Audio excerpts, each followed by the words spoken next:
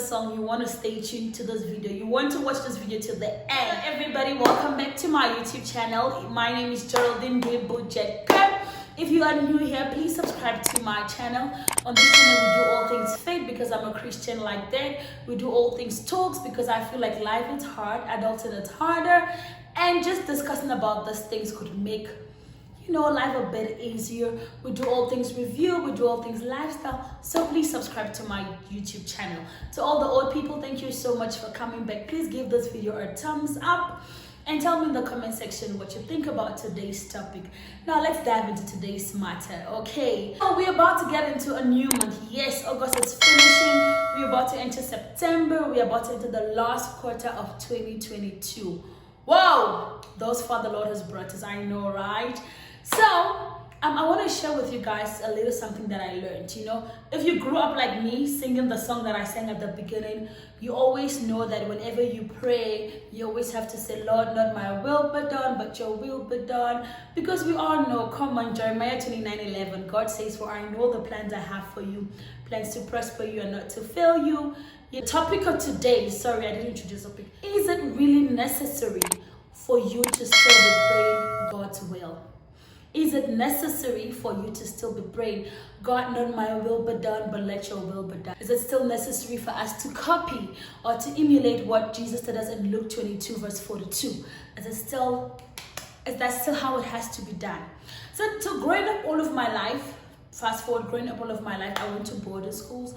And in boarding school, one time I learned was during evening devotion when the preacher of the evening came and she had a sermon about us praying to say, whenever you pray, wrap up your prayer to say, Lord, not my will be done, but let your will be done. Because in Jeremiah 29:11, you know how God has this good plan for us, so we should always pray God's will. But fast forward, the older me just learned the other day to say, honey, that should not always be the case. And the big point of lesson was when they looked at the story of King Hezekiah. If you don't know, King Hezekiah was a king in the Old Testament, in the book in Isaiah, in 2 Kings, but his story is actually in 2 Kings chapter 20. The whole of chapter 20, you get to know about King Hezekiah and all of that. So King Hezekiah, basically, fast forward story, was a great king. He walked like a very straight life in prayer with God, because back in the days, the other nations used to strike or attack them. So he was a king who really had a great relationship with God. He had a very great prayerful life, right?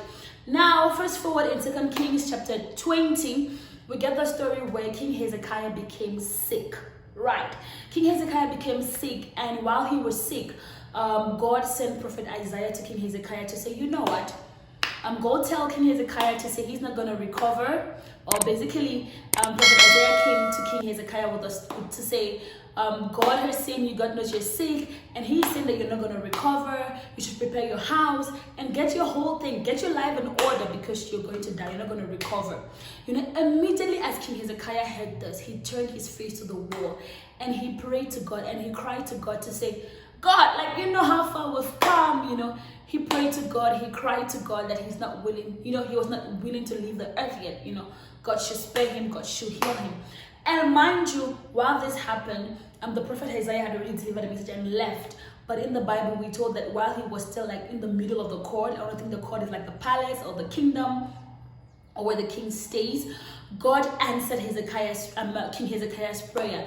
And God told prophet Isaiah to say, go back to King Hezekiah and tell him that I have heard his prayer, I have heard his crying, and I'm going to add 15 more years to his life. Now, the question I want to ask you is to say, if King Hezekiah heard what God said and say you're going to die, you're not going to recover, and Hezekiah just said, not my will be done, let your will be done, do you think he would have had 15 more years? Of course, darling, he would not have had 15 more years, right? The difference between King Hezekiah and Jesus' story. Yes, in Mark or in Luke, we see that Jesus, when he was about to be killed or he was about to be betrayed, he went to the mountain and he prayed to God and he said, this cup is too heavy for me, but yet not my will be done, let your will be done. This is so different to King Hezekiah because Jesus knew God's plan. Jesus knew what God had planned, but coming to be in a human form, he realized, oh my God, this thing is really hard. Like, Father, this thing is hard, but not my will be done, but let your will be done. So essentially, what I want to tell you here is to say, do not always pray, God, not my will be done, but let your will be done. I think also in the Lord's Prayer, our Father, there is a part that says, thy will be done on earth as it is in heaven, And yes, we always pray, but I want to really encourage you, like I learned the other day, to say, when you want to pray God's will, check out for yourself, is this really God's plan? Is this really God? Is this really what God had in store for me? Because it could be, yes, no doubt, as a Christian, you're going to go through hard times, you're going to go through persecutions and all of those things, but it's not always the case that the persecution you're going through is God's will for you. It doesn't always mean that that is what God had in plan for you. Remember that also as Christians, we are humans and we sin. And the Bible says, for the wages of sin is death, right? And also because of the things that we do, we could have, maybe your sickness could be like you paying for the wrong things that you've done, right? It's not always the case that when bad things happen to you, it's the will of God. That's the basic thing that I want us to learn from this video. So whenever you pray, it's not always the case that you pray that, God, not my will be done, let your will be done. It's not always the case that, let's say you've got a job interview, you pray, oh God, I really want this job, but not my will be done, let your will be done. If it is your dream job, tell God how far you've come.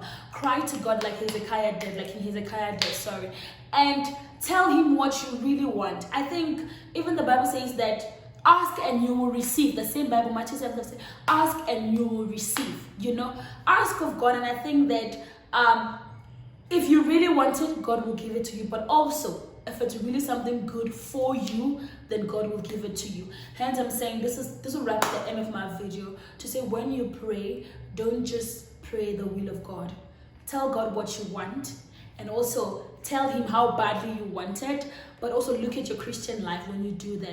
Try to live upright with God. So as we get into the next quarter of 2022, the one thing I really want to share with you is that it's not every time you pray that you have to pray the will of God.